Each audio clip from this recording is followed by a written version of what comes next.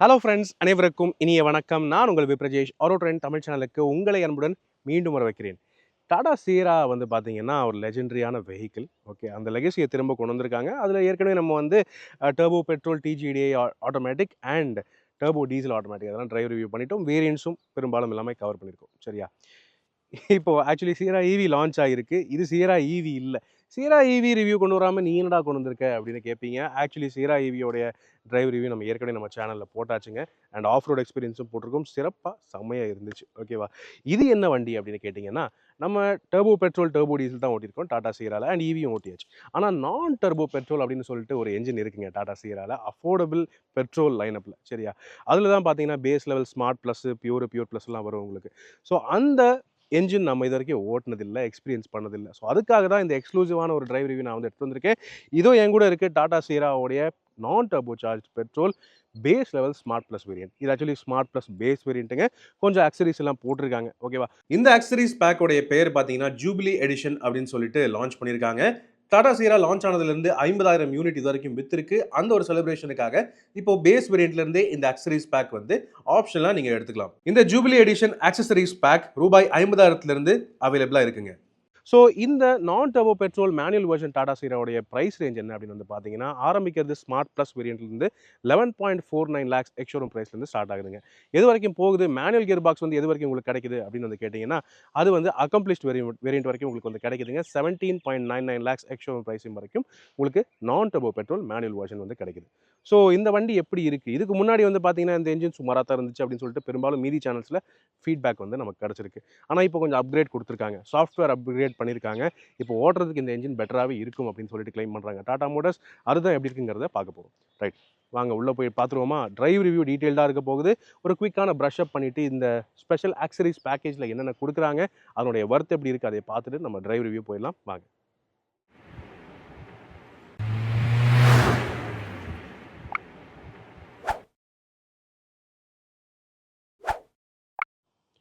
Alright friends, வாங்க இந்த Tata Sierra smart plus variant accessorised இந்த ஸ்பெஷல் எடிஷன் வெர்ஷனில் என்னென்ன ஸ்பெஷலாக கொடுத்துருக்கா அதை வந்து பார்த்துடலாம். ஃபர்ஸ்ட் திங், நம்ம ஏற்கனவே ஸ்மார்ட் ப்ளஸ் வேரியன்ட் ரிவ்யூ பண்ணியிருக்கோம். சரிங்களா? அதனுடைய டீட்டெயில் ரிவ்யூ உங்களுக்கு வேணும்னா கீழே டிஸ்கிரிப்ஷனில் லிங்க் கொடுத்துருக்கேன். ஆக்சசரிஸ் இல்லாத ஸ்மார்ட் ப்ளஸ் வேரியன்ட் எப்படி இருக்குங்கிறது நீங்கள் அதில் போய் பார்க்கலாம். ரைட், இதில் என்னென்ன ஸ்பெஷலாக ஆட் பண்ணியிருக்காங்கிறத பார்த்துடலாம். அதுக்கு முன்னாடி என்ஜின் ஸ்பெக்ஸ் வந்து நம்ம பேசிடலாம். 1.5 லிட்டர் நான் டர்போ டாடா சியரா அப்படின்னு எடுத்துக்கிட்டிங்கன்னா இதில் உங்களுக்கு கிடைக்கிறது அந்த ஒரே ஒரு என்ஜின் தான். 1.5 லிட்டர் 4 சிலிண்டர் ரெவோட்ரான் நான் டர்போ சார்ஜ் பெட்ரோல் என்ஜின். அதாவது ரெவோட்ரான் சீரீஸில் முதல் 4 சிலிண்டர் என்ஜின் இது. அதுவும் வந்து நான் டர்போவாக கொடுத்துருக்காங்க. ஸோ இது வரைக்கும் சுமாராக தான் இருந்துச்சு அப்படின்னு சொல்கிறாங்க. பட் இப்போது அதை பெட்டராக பண்ணியிருக்காங்க அப்படின்னு சொல்லிட்டு கிளைம் பண்ணுறாங்க. அதை தான் எப்படி இருக்குங்கிறத பார்க்க போகிறோம். இந்த என்ஜின் வந்து 106 PS மேக்ஸிமம் பவர் மற்றும் 144 நியூட்டன் மேக்ஸிமம் டார்க் வரைக்கும் ப்ரொடியூஸ் பண்ணுது. 6 ஸ்பீட் மேனுவல் கியர் பாக்ஸ் கிடைக்குது. அதே டிசிஏ ஆட்டோமேட்டிக் ஆப்ஷனும் கிடைக்குதுங்க. டிசிஏ ஆட்டோமேட்டிக் வெர்ஷன் வந்து பார்த்தீங்கன்னா உங்களுக்கு பியூர் வேரியன்ட் வந்து கிடைக்கும். ஸோ இன்னைக்கு நம்ம ஓட்ட போகிறது மேனுவல் வண்டி தான். ஸோ பெரும்பாலும் மக்கள் வந்து மேனுவல் எப்படி இருக்குங்கிறது தான் கேட்குறாங்க. 6 ஸ்பீட் மேனுவல் டிரான்ஸ்மிஷனுக்கு இந்த என்ஜின் எப்படி ஒர்க் ஆகுது அதை வந்து தெரிஞ்சுக்க போகிறோம்.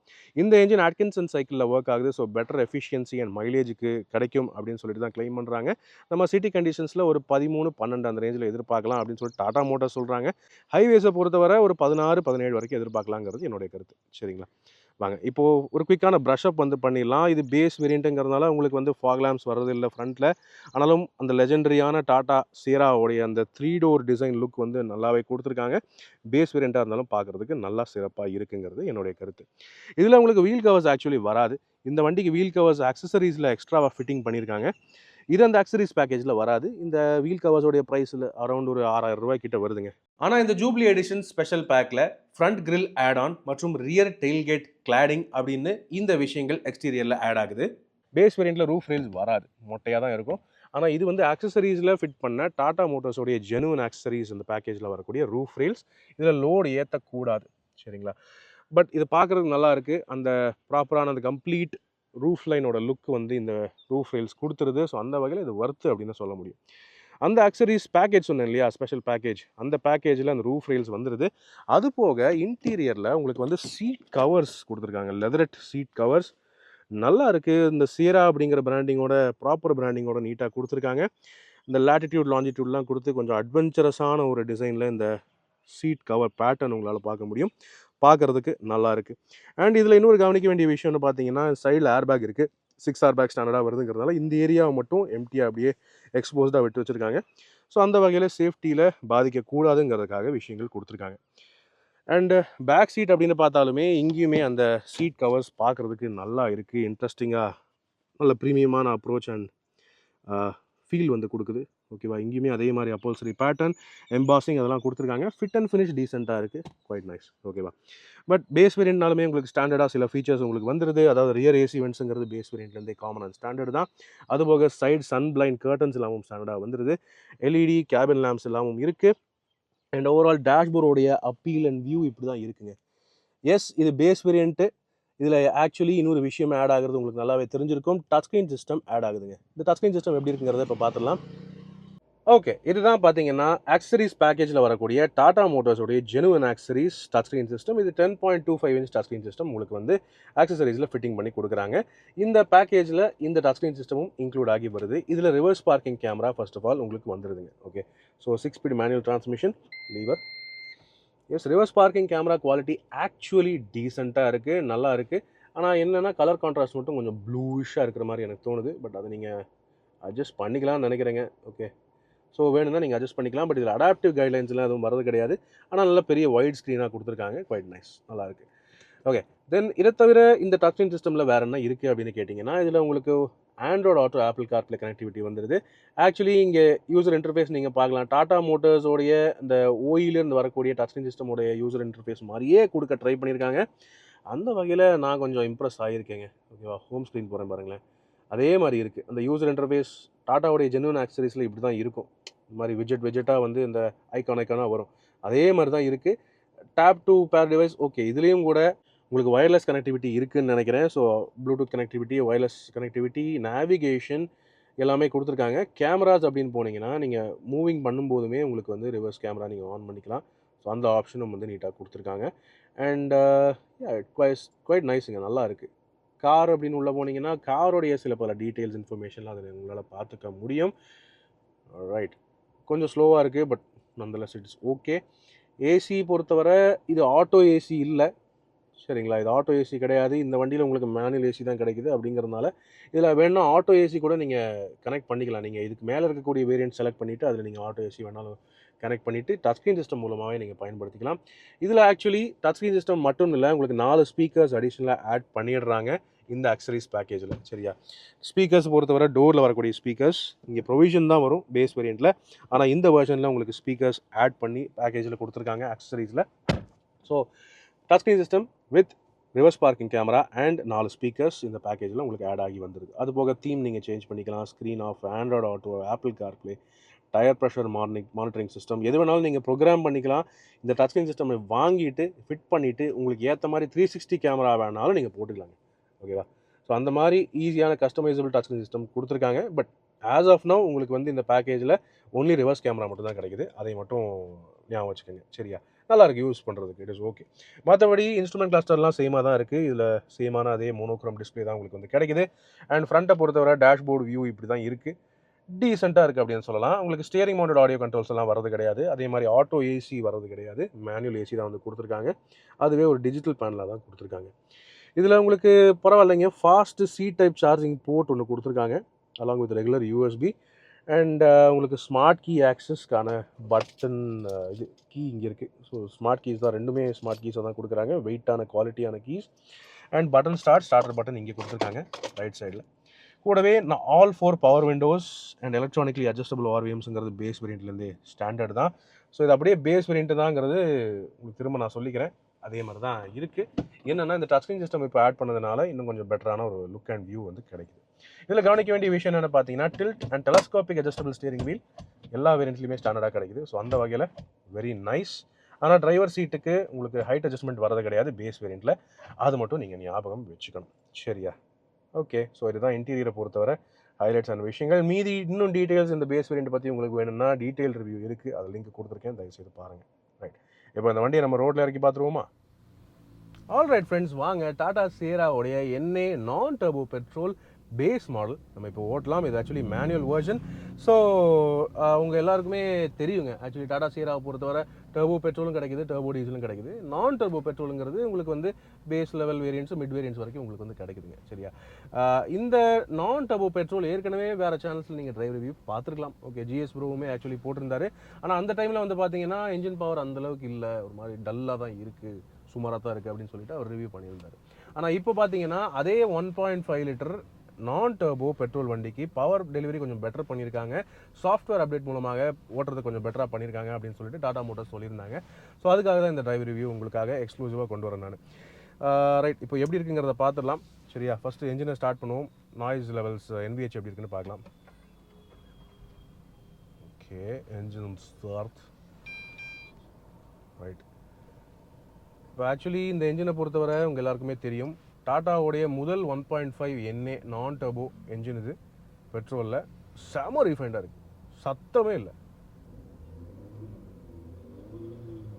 ரெவ் பண்ணாலுமே அந்தளவுக்கு ஒரு நாய்ஸ் லெவல்ஸ் எதுவுமே எனக்கு கேட்குறது இல்லை, செம ரீஃபைண்டாக இருக்குது. பட் எனிவே ஓட்டுறதுக்கு எப்படி இருக்குங்கிறத பார்ப்போம். ஏசி ஆன் பண்ணிவிட்டு, இன்னொன்று உங்களுக்கு எல்லாமே தெரியும், சீட் பெல்ட் போட்டால் தான் டாடா சியரா நீங்கள் வண்டி நகர்த்த முடியும். ஸோ சீட் பெல்ட் போட்டுட்டு நீங்கள் ஆக்சிலேட்டர் ப்ரெஸ் பண்ணாலே போதும், ஹேண்ட் பிரேக் ஆட்டோமேட்டிக்காக டிஸ்எங்கேஜும் ஆகிடுது, எந்த ஒரு பிரச்சனையும் இல்லை.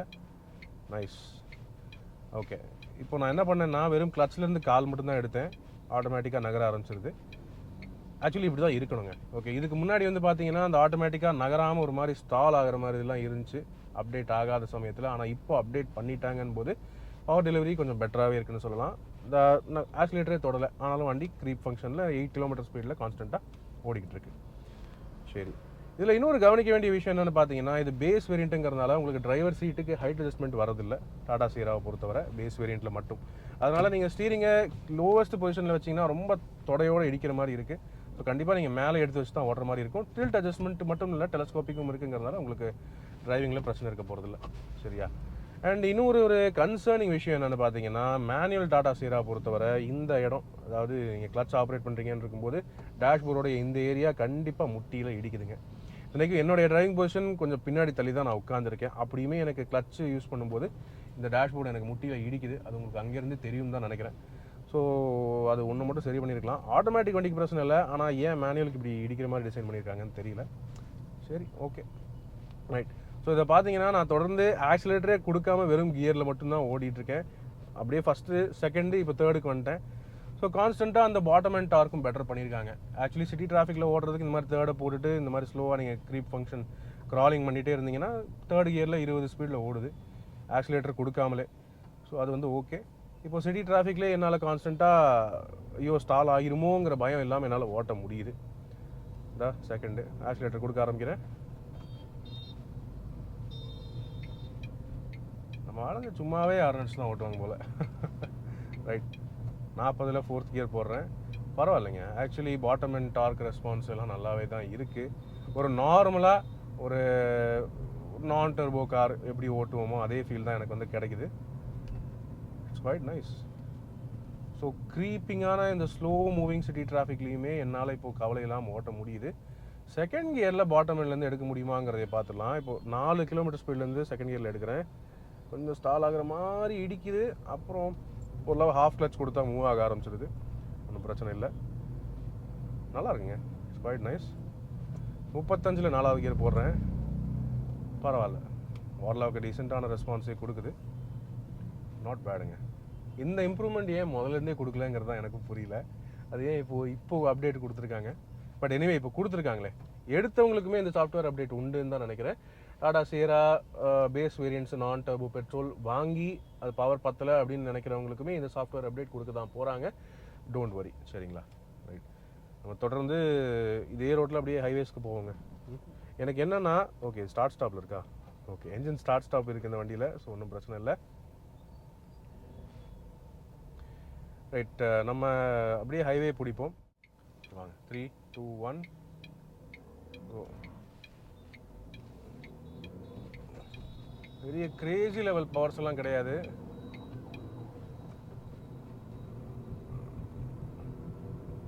ஒரு 3000 RPM வரைக்கும் பிடிச்சி இழுக்கிறேன். 3500 RPM பரவாயில்ல. ஓகே, 75. ஆனால் இந்த இன்ஜினை அவ்வளோவா அழுத்த விருப்பம் இல்லை. ஓகேவா, இந்த இன்ஜின் வந்து ரிலாக்ஸ்டாக தான் ஓடுங்கிற மாதிரி ஒரு டியூனிங்கில் பண்ணியிருக்காங்க. பேஸோட ரெஸ்பான்ஸ் நல்லா பண்ணியிருக்காங்க. ஆனால் நீங்கள் 100 தொடணும் 120லாம் போனோம் அப்படின்னா அந்தளவுக்கு ஒரு ரேப்பிடான ரெஸ்பான்ஸ் இருக்கிறது இல்லை. இப்போ 6th கியரில் நான் இப்போ 106ல் ஓட்டிகிட்ருக்கேன். 6th கியரில் 100 வந்து பார்த்தீங்கன்னா ஓகே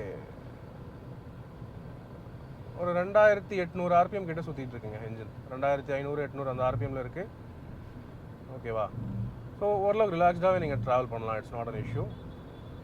95 6வது கியரில் 95ல் ஓட்டிகிட்ருக்கேன். 98 99 100 ஏறுவோம். Okay 100 is correct. 2500 2800 ஆர்பிஎம்மில் இருக்குது. 100 6வது கியரில். ஸோ ரிலாக்ஸ்டாக தான் இருக்குது. என்ஜின்லேருந்து துளி நாய்ஸ் இல்லை. நான் நார்மலாக தான் பேசிகிட்டு இருக்கேன், கொஞ்சம் சத்தமாக கூட நான் பேசலை. ஸோ நல்ல ரீஃபைன்மெண்ட் இருக்குது, நல்ல என்ஜின், ட்ராக்டபிளாகவும் இருக்குது. தேவையான டைமில் டீசெண்டான பவர் டெலிவரியும் கிடைக்குது. உங்களுக்கு டர்போ பெட்ரோல் அளவுக்கு அந்த புஷ்ஷெல்லாம் இல்லை. இப்போ பாருங்கள், நான் 5ஆவதுல ஷிஃப்ட் பண்ணி நான் ஆக்சிலேஷன் பண்ண ட்ரை பண்ணவா. 5ஆவதுல போட்டேன். 95லேருந்து சரி ஸ்லோப் இறங்கிக்கிறேன்.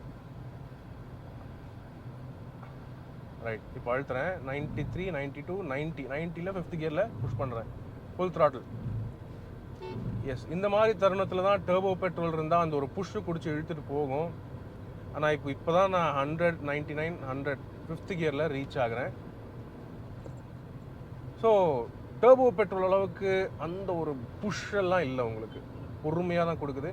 ஆனால் நீங்கள் புஷ் பண்ணிட்டீங்கன்னா ஓகேவா எடுத்துகிட்டு போகுது, ஒன்றும் பிரச்சனை இல்லை.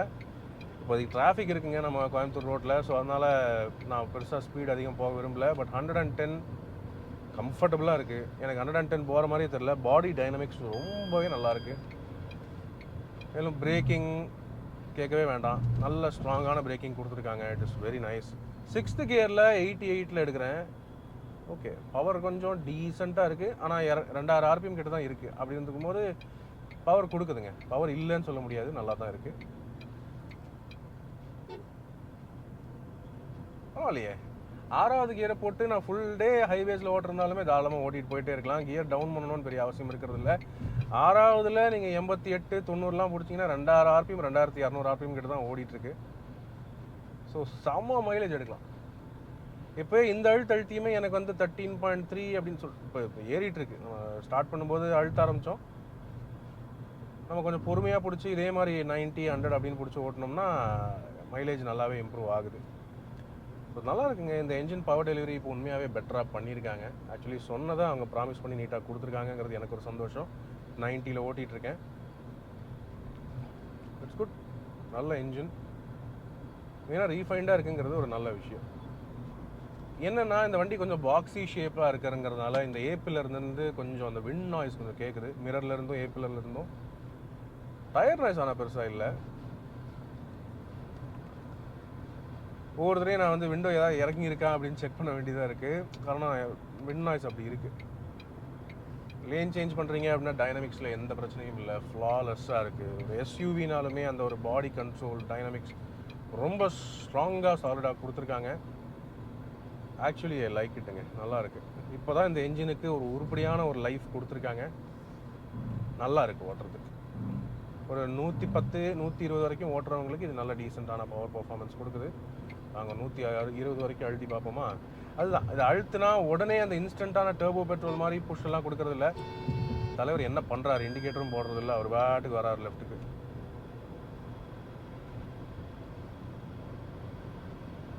$110 பொறுமையாக தான் எடுக்குதுங்க. இப்போ தான் 110 115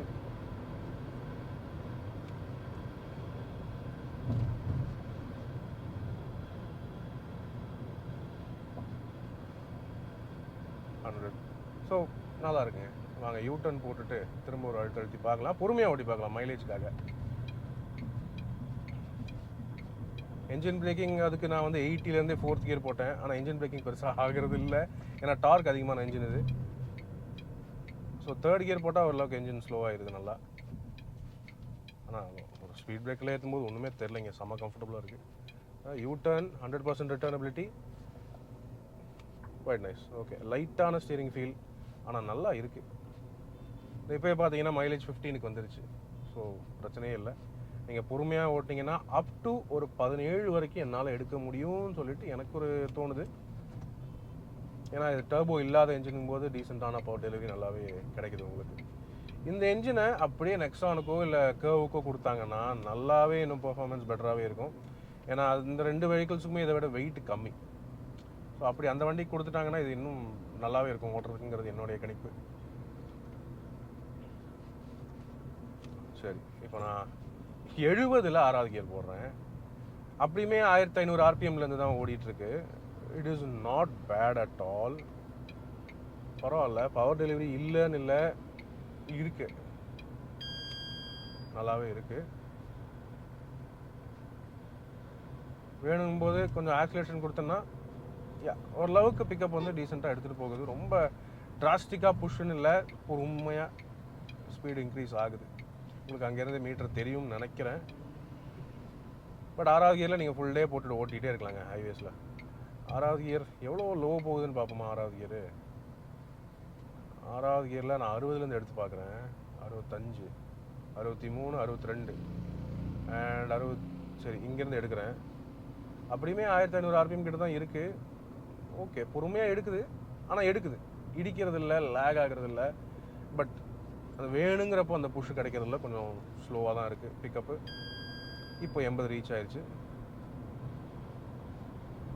ஸோ அந்த ஸ்வீட் ஸ்பாட்டுங்கிறது 2000 ஆர்பிஎம் கிட்ட, 2000 ஆர்பிஎம்லேருந்து 3000 ஆர்பிஎம்குள்ளே நல்ல டீசெண்டான பவர் ரெஸ்பான்ஸ் உங்களுக்கு வந்து கிடைக்குதுங்க. ரொம்ப ஸ்லோவாக இருக்கிறது இல்லை. இந்த என்ஜினை நீங்கள் 2000 ஆர்பிஎம்முக்கு மேலே மெயின்டைன் பண்ணிங்கன்னா நல்லாவே டெய்லி அப்படியே ஓட்டிகிட்டு போயிட்டே இருக்கலாம். ஆனாலுமே உங்களுக்கு பவர் இது ஸ்பீடு கம்மியே இருந்தாலுமே நீங்கள் அடிக்கடி கியர் டவுன் பண்ணணும்னு கூட அவசியம் இல்லை. 6வது கியர் போட்டே நீங்கள் 60லேருந்து கூட எடுக்கலாம், 70லேருந்து எடுக்கலாம், ஒன்றும் பிரச்சனை இல்லை. சிட்டி டிராஃபிக்கில் நீங்கள் ஆல் டே 2வது கியரை போட்டு ஓட்டிகிட்டே இருக்கலாம். 3வது கியருங்கிறது நார்மலாகவே இருக்குது. 4வது கியர்லேயே நீங்கள் ஒரு 40 ஸ்பீடில் ஓட்டலாம். அந்தளவுக்கு ஈஸியான ஒரு கியரிங் தான் கொடுத்துருக்காங்க. ஸோ இப்போ பார்த்தீங்கன்னா நான் 90லேயே மெயின்டைன் பண்ணிகிட்ருக்கேன். நம்ம இந்த ரிவ்யூ முடிக்கும் போது எந்த அளவுக்கு மைலேஜ் கொடுத்துருக்கு அதை வந்து பார்த்துலாம். ஆஸ் ஆஃப் நோ 10 கிலோமீட்டர் ஓட்டியிருக்கோம். சரிங்களா, நம்ம போய் சம்மரி கன்க்ளூஷன் பண்ணும்போது எந்த அளவுக்கு மைலேஜ் கொடுத்துருக்கு அதை உங்களுக்கு காட்டுறேன்.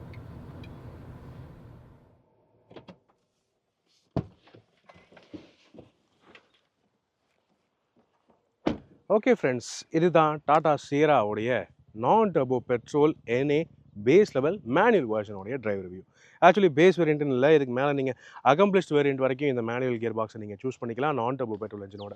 ஸோ டர்போ பெட்ரோல் தான் ஆக்சுவலி சியராக பொறுத்தவரை பவருங்க, சூப்பராக இருக்குது அந்த என்ஜின். இந்த நான் டர்போ பெட்ரோல் வந்து பார்த்தீங்கன்னா ஆக்சுவலி டீசெண்டாக இருக்குன்னு சொல்லலாம். ஸோ நாங்கள் ரெக்கமெண்ட் பண்ணுறது எப்படி அப்படின்னு வந்து பார்த்தீங்கன்னா, பெரும்பாலும் உங்களுக்கு வந்து சிட்டி டிரைவிங் தான் நிறையா இருக்குது. நீங்கள் ஹைவேஸ் எப்பயாவது ஒரு தடவை தான் போவீங்க.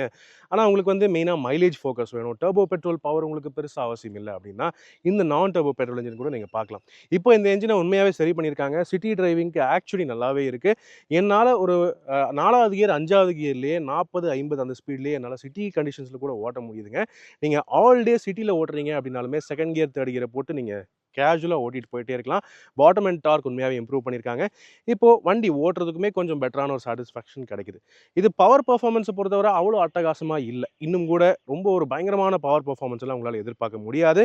ஹைவேஸில் நீங்கள் இன்ஸ்டன்ட் ஓவர்டேக் பண்ணணும் அப்படின்னா இந்த என்ஜினை வச்சுட்டு நீங்கள் கொஞ்சம் பிளான் பண்ணி தான் ஓவர்டேக் பண்ணுற மாதிரி இருக்கும். காரணம் அந்த மிட் ரேஞ்ச் டார்க் கொஞ்சம் ஃப்ளாட்டாக தான் இருக்குது அப்படின்னு சொல்ல முடியும். ஆனால் சிட்டி கண்டிஷன்ஸில் ஓடுறதுக்கு டீசெண்டாக இருக்குது, ஹைவே க்ரூசிங்க்குமே டீசெண்டாக இருக்குங்கிறது என்னுடைய கருத்து. மெயினாக டெய்லி சிட்டி கண்டிஷன்ஸுக்கு கிளச்சு லைட்டாக இருக்குது, ஓகேவா, அண்ட் டிரைவபிலிட்டி பெட்டராகவே இருக்குது. நீங்கள் ஒவ்வொரு தடவையும் கியர் டவுன் பண்ணணுங்கிற அவசியம் இருக்காது. அந்த வகையில் இந்த என்ஜின் இப்போ என்ன இம்ப்ரெஸ் பண்ணியிருக்கு. இந்த என்ஜின் ஒரு டீசெண்டான சிட்டி டிரைவிங் ஓரியன்ட் சாய்ஸாக இருக்குங்கிறது என்னுடைய கருத்து. உங்களுடைய கருத்துக்கள் என்னங்கிறத கீழே கமெண்ட் செக்ஷனில் பகிர்ந்துக்குங்க. அண்ட் மைலேஜை பொறுத்தவரை அப்படின்னு வந்து பார்த்தீங்கன்னா சிட்டி கண்டிஷன்ஸில் இந்த என்ஜின் ஒரு 12 வரைக்கும் எதிர்பார்க்கலாம். ஒரு மாடரேட் டிராஃபிக் டைட்டாக இருந்துச்சுன்னா 11 வரைக்கும் தான் கிடைக்குங்க. ஏன்னா வண்டி கொஞ்சம் ஹெவியான வண்டி, சேஃப்டிக்கு நல்ல ஸ்ட்ராங்கான பில்ட் குவாலிட்டியும் கொடுத்துருக்காங்க. ஹைவேஸை பொறுத்தவரை அதிகபட்சம் ஒரு 16, 17 வரைக்கும் எதிர்பார்க்கலாம். ஆன் அன் ஆவரேஜ் 14.5 அப்படிங்கிற மைலேஜ் ஃபிகர் நம்ம வந்து டீசெண்டாக எடுத்து வந்திருக்கோம் இது வரைக்கும் நம்ம ஓட்டுறதுக்கு. ஓகேவா, ரைட். உங்களுடைய கருத்துக்கள் என்னங்கிறத கீழே கமெண்ட் செக்ஷனில் பகிர்ந்துக்கங்க. நீங்கள் இந்த டாடா சியராவுடைய non turbo petrol engine choose பண்ணுவீங்களா? உங்களுடைய கருத்துக்கள் ஆல்வேஸ் வெல்கம். இப்போதைக்கு உங்களிடமிருந்து விடைபெறுவது அன்புடன் விப்ரஜேஷ். மேலும் பல வீடியோக்களில் சந்திப்போம். நன்றி, வணக்கம்.